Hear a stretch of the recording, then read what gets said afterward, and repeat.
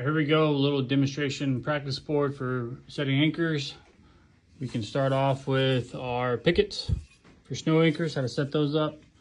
I'll figure out how to incorporate that in there. You got an ice screw that you can actually screw in. You got, here's an already simulated ice screw or a ice pass through with a rope, and or a wire connection to a ice plow or a picket.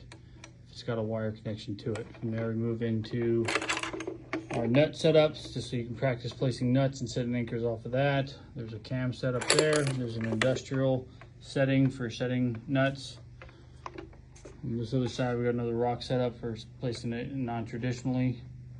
And then we get into another cam setup of kind of what isn't enough. It holds, but there is no, it's not deep enough into a rock.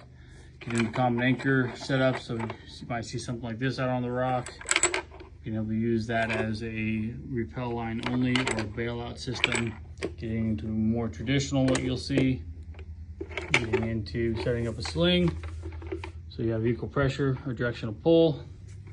How to set that up, or a single point sling, right? Also talked about when you get on anchors that or move aren't supposed to. On the back side again here, setting up a pulley system, talking about worn gear on the rock, what things to look for. Get into other weird kind of setups that you might see. We also got a piton in there. Anchors with the chain, and then anchors that might have multiple tie-in points. Looking at those things, but that's my learning center. Be able to look at just different ways of setting up anchors, setting up chains, setting up your daisy chain, setting up your webbing. More to follow, but tell me what you think. Thanks.